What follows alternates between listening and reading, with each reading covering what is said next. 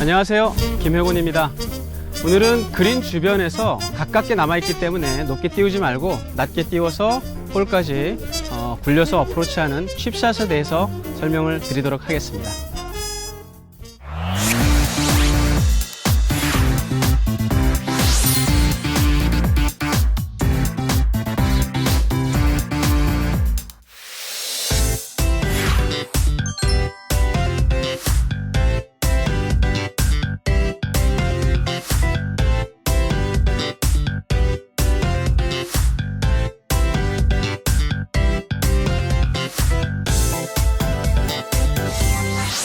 하나, 둘, 셋.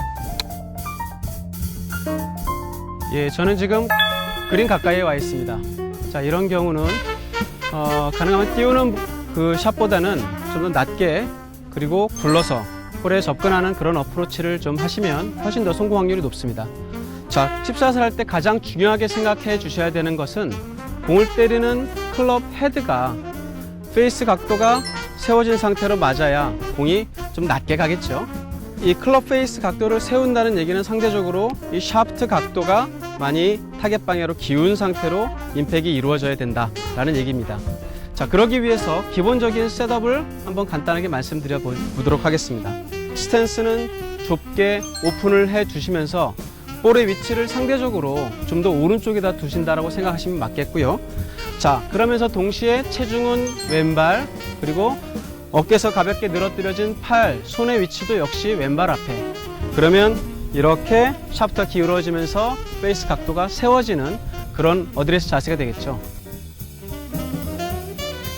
어드레스 때 클럽 페이스 각도가 직각인 상태로 타겟 방향을 바라보고 있을 때 다시 올라갔다 내려오면서 똑같은 자세로 임팩이 이루어지면 정확한 그 컨택이 될 수 있거든요. 그래서 어드레스 자세와 임팩트 자세는 거의 똑같다라고 생각을 해주시면 좋겠습니다.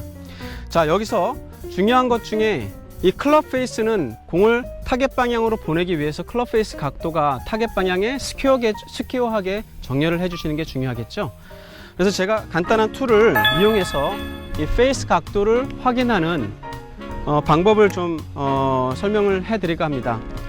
지금 이런 툴은 페이스 각도에 따라서 그 페이스가 향하는 방향을 가리키고 있는 이런 툴인데요. 공을 때리는 것은 역시 페이스 면이겠죠. 날이 때리진 않습니다. 여러분들이 쉽게 보기에는 이 날 부분을 타겟 방향에 직각으로 놓는다고 하지만 사실은 페이스가 공을 때리기 때문에 이 페이스가 향하는 방향으로 공은 날아가게 되어 있습니다. 그래서 어드레스 하실 때 클럽 페이스를 스퀘어로 정렬한다는 것은 결국 페이스 면이 향하는 방향이 타겟을 또는 내가 보내고자 하는 방향을 가리켜야 된다는 의미겠죠. 그러면서도 지금 공의 탄도를 낮추기 위한 접근 방법이기 때문에 클럽이 눕기보다는 가능하면 페이스 각도를 이렇게 세워주면서 탄도가 좀 낮아질 수 있도록 샤프트를 기울여 주겠다. 그래서 다시 한번 정리하면 스탠스는 타겟 방향에 약간 오픈한 상태, 그리고 볼은 상대적으로 오른쪽에 있고요. 체중 왼발, 손도 왼발. 그러면 자연스럽게 기울어진 샤프트의 모습으로 어드레스가 되겠죠. 자, 그러면서 스트로크를 하실 때는 이렇게 이해를 하시면 좋겠습니다. 퍼팅을 약간 옆으로 비스듬하게 서서 한다 라는 이해를 그렇게 생각을 해주시면 도움이 될 것 같아요. 즉 우리가 퍼팅을 할 때 손목을 많이 안 쓰죠. 그래서 팔로부터 클럽까지를 하나의 진자인 것처럼 이렇게 스윙을 하게 되죠. 자, 이것도 거의 똑같은 자세라고 생각을 해주시면 다름이 없습니다. 옆으로 비스듬하게 서서 퍼팅을 하는 그런 느낌으로 스트로크를 제가 해보겠습니다.